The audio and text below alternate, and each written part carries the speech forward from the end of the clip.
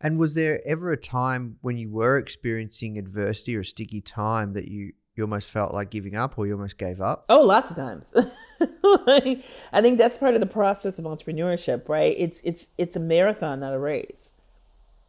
And how do you stick through those times that you want to give up? Because as an entrepreneur, you're going to have those times. That's a guarantee. It is not. This is not an easy path, and in many ways, might say it's irrational to be an entrepreneur because it's so hard, and it's so much easier to just go work for someone else and get a paycheck that you don't have to worry about. But us entrepreneurs choose this path because we want a creative life in which we can control.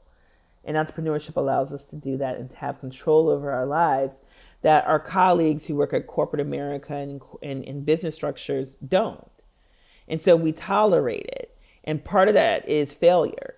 Failure is the norm in entrepreneurship. And the quicker you become comfortable with that, the better. And I talk about that quite significantly in Build a Damn Thing about failure, about how Beyonce failed. This is like my favorite story because, Beyonce is going on tour now. So I could tell this.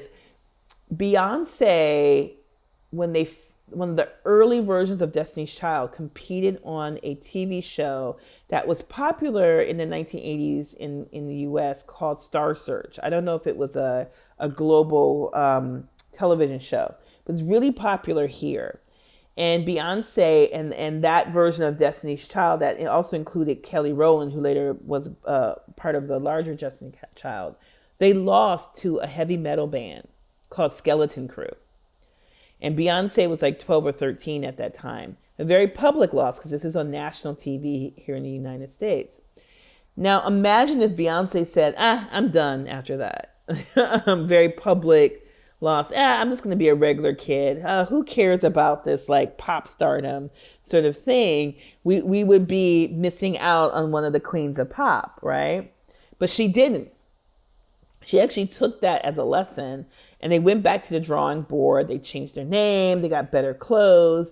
They started to write their own music and songs and start to be more authentic.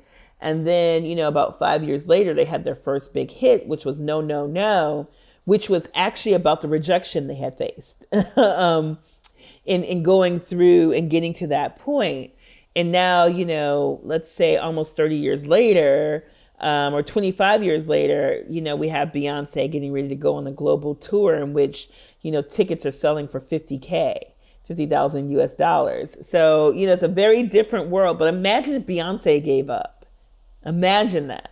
Hey Foundr fam, we hope that you loved that clip. If you did, you can click through right here to watch the full interview. You don't want to miss this one. See you there.